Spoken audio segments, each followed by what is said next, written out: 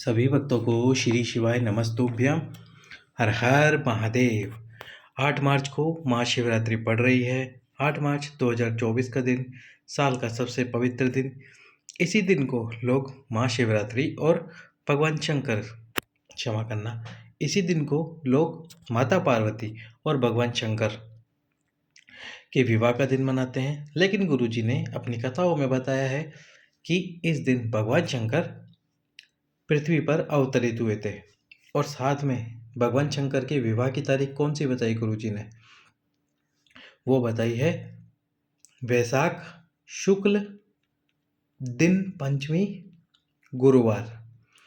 वैशाख शुक्ल पंचमी और दिन गुरुवार का था जब महादेव और माता पार्वती का विवाह हुआ था। जिस दिन महादेव और माता पार्वती का विवाह हुआ था उस दिन था गुरुवार।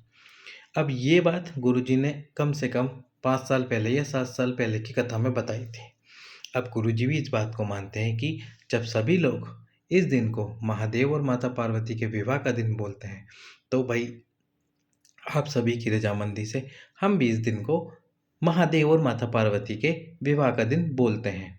बाकी यदि आपको ये जानकारी नहीं पता थी कि गुरुजी ने अपनी कथा में महादेव और माता पार्वती के विवाह का दिन भी बताया था, जो था वैशाख शुक्ल पंचमी दिन गुरुवार का। ये गुरुजी ने अपनी कथा में बताया था। तो आज हम आपको इस वीडियो में 4 उपायों का वर्णन करेंगे। मनोकामना पूर्ति, धन की प्राप्ति, संतान या वंश की प्राप्ति, और साथ ही साथ में यदि आप इन तीन बार इन स्थान पर स्पर्श कराते हैं तो बाबा आपके मन की कामना को पूर्ण कर देता है। अब हम सबसे पहले उपाय की तरफ चलते हैं। अब आपको क्या करना है?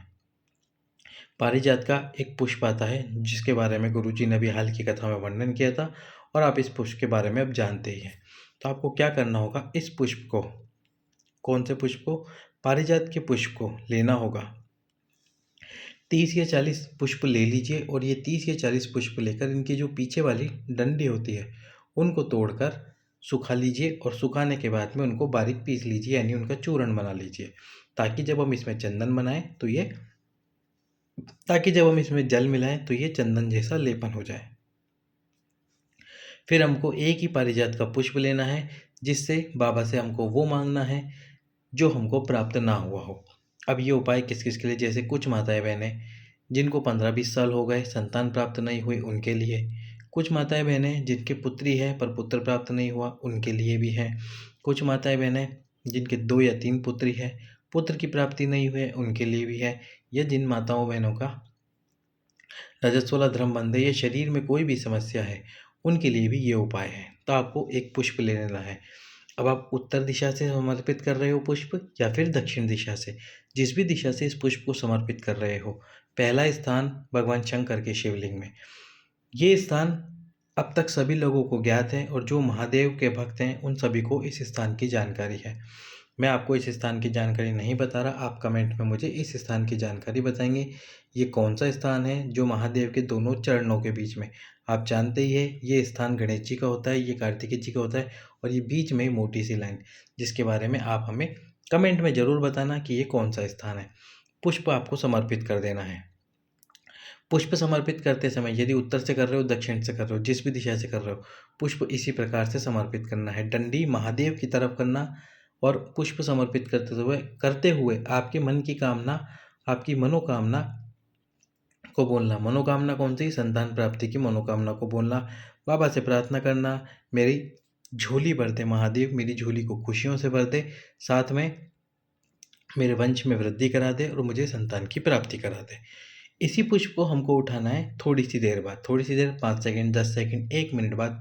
अब इस पुष्प को उठा के कहाँ लेके जाना है हमको? ये माँ जगत जननी आद्य शक्ति माता पार्वती के हस्तकमल पर रखना है, वहाँ पर समर्पित करना है। अब समर्पित करते समय इस पुष्प की दिशा विपरीत हो जाएगी, यानी जो डंडी है वो महादेव के विपरीत होगी, यानी शिवलिंग के विपरीत होगी।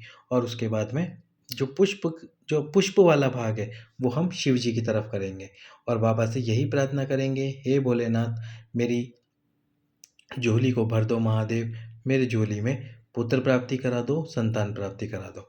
इस प्रकार से फिर थोड़ी सी देर बाद इसी पुष्प को हमको उठा लेना है उठाने के बाद में हमको समर्पित कर देना है भगवान शंकर के शिवलिंग पर। शिवलिंग पर समर्पित करते समय आपको फिर से वही कामना, वही मनोकामना बोलनी है और बस यही वो अंतिम स्थान है जो कि 3 स्थान वाला उपाय है कि आपको इस स्थान पर ये पुष्प समर्पित कर देना है। समर्पित करने के बाद में याद है आपने कि 30 या 40 पुष्प इकट्ठे करके रख रखे थे, उनके पीछे की डंडी को तोड़कर उनको बारीक पीस रखा था ताकि जब हम जल मिलाएं तो वो चंदन जैसा लेपन हो जाए। जब चंदन जैसा लेपन हो जाए तो आपको इसका त्रिपुंड का निर्माण करना है। अब एक बात, त्रिपुंड का निर्माण करते समय आपको एक विशेष बात का ध्यान रखना है। गुरुजी ने त्रिपुंड निर्माण करने का एक तरीका बताया था, उसी तरह आपको त्रिपुंड का निर्माण करना है। आप देख सकते हैं ये मध्यमा उंगली हो गई यानी अनामिका उंगली हो गई।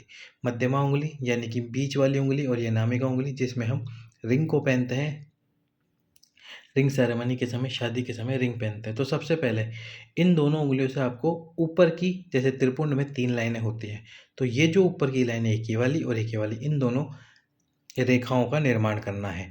कौन सी उंगलियों से? मध्यमा उंगली और अनामिका उंगली से। इस प्रकार से आपको ये त्रिपुंड का निर्माण करना है।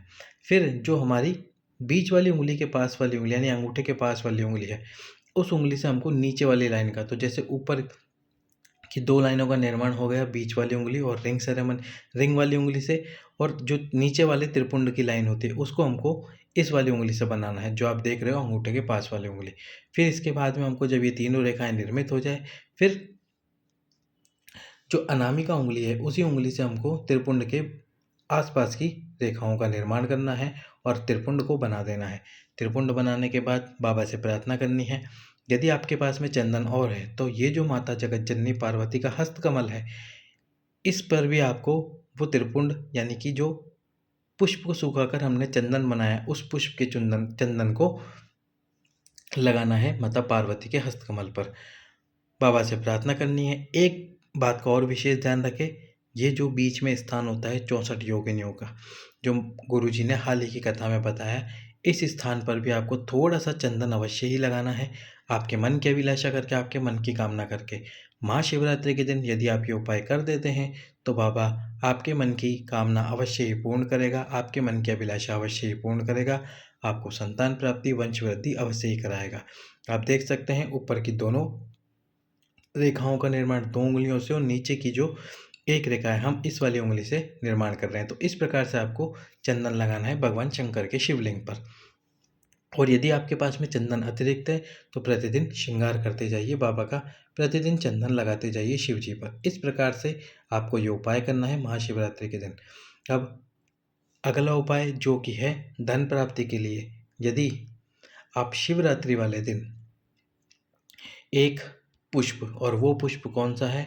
वो है शमी का पुष्प। शमी का पुष्प आप यदि समर्पित कर देते हैं शिवरात्रि वाले दिन भगवान शंकर के शिवलिंग पर, जो धन प्राप्ति की जितनी भी कमी आपके जीवन में चल रही है, धन से संबंधित समस्या जितनी भी चल रही है, वो सारी समस्याएं समाप्त हो जाती है।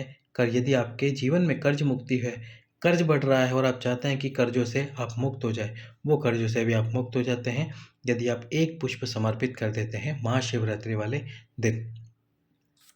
अब एक उपाय जो कि मनोकामना की पूर्ति के लिए है। उपाय आपको कैसे करना है? उपाय में आपको क्या करना है? सबसे पहले ये जो बेलपत्र होता है, और बेलपत्र के बीच वाले स्थान का वर्णन हमेशा गुरुजी करते हैं, यानी कि मिलन स्थान का। कौन से स्थान का? मिलन स्थान का। तो आप यही देख रहे हो, ये वो स्थान है जहाँ पर ये पत्ती की डंडी है, इस वाली पत्ती की भी डंडी है, इस वाली पत्ती की भी डंडी है। इस स्थान पर आपको लगाना है चंदन। कौन सा चंदन? लाल चंदन। लाल चंदन ना हो तो पीला चंदन, ये दोनों में से कोई भी एक चंदन लगाना, और इसी स्थान से आपको इस बेलपत्र को पकड़ना है। पकड़ना किन से है? केवल 2 उंगलियों से आपको, एक उंगली और एक अंगूठे से आपको इस बेलपत्र को पकड़ना है। और वो कौन सी है आपको स्क्रीन पर दिखाते हैं, ये आपका अंगूठा और ये वाली उंगली, अंगूठे के पास वाली उंगली, इन दोनों से आपको इस बेलपत्र को उसी स्थान से पकड़ना है जिस स्थान पर आपने चंदन लगाया है। और चंदन लगाने के बाद में उस बेलपत्र को पकड़कर 108 बार, कितनी बार?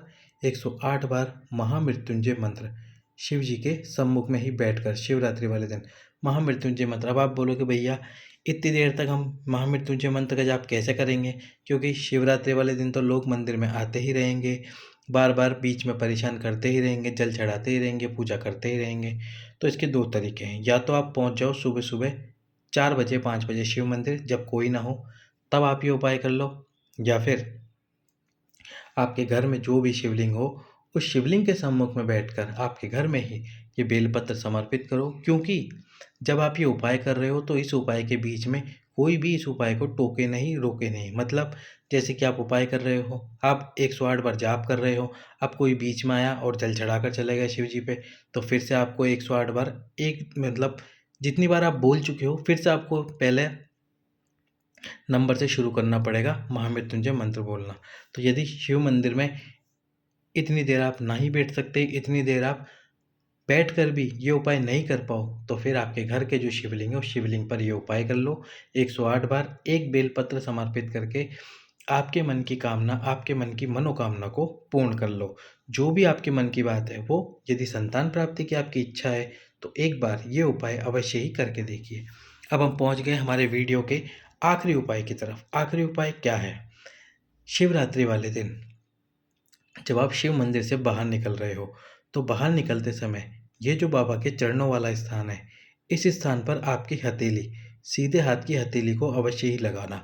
एक बार लगाना और लगाने के बाद में बाबा से प्रार्थना करना आपकी, फिर इस हथेली को हटाना, फिर दूसरी बार यहीं पर लगाना, फिर हटाना और फिर तीसरी बार और अंतिम बार इस हथेली को लगाना। लगाकर बाबा से प्रार्थना करते हुए आना 3 स्पर्श। और जब आप शिव मंदिर में प्रवेश कर जाओ और प्रवेश करते से ही 3 बार स्पर्श करना है। कहाँ करना है? आपका हाथ यहाँ पर रखना और इस पूरी जलाधारी पर, जो माँ आद्यशक्ति माता पार्वती का हस्तकमल है, इस पर पूरी माता पार्वती के हस्तकमल पर, यानी कि माता पार्वती माँ जगत जननी के जो स्थान है उस स्थान पर आपको पूरा हाथ घुमाना है, पूरा हाथ फेरना है। एक बार फेरना, फिर दूसरी बार फेरना और फिर तीसरी बार फेरना। इस प्रकार से 3 बार हाथ फेरना पूजा शुरू करने से पहले, और जब आप पूजा समाप्त करोगे या कोई भी उपाय समाप्त करोगे उसके बाद में भगवान शंकर के चरणों पर हाथ लगाकर प्रार्थना करके अवश्य ही आना। जो मांगोगे इस शिवरात्रि पर आपको मिलेगा जरूर। बाबा से प्रार्थना कर आना। वीडियो को आप अधिक से अधिक शेयर कर दीजिए, लाइक कर दीजिए, कमेंट में जवाब लिख दीजिए कि वो कौन सा स्थान है जहाँ पर हम पहली बार फूल समर्पित कर रहे हैं। सभी भक्तों को ओम नमः शिवाय, श्री शिवाय नमस्तुभ्यम, हर हर महादेव।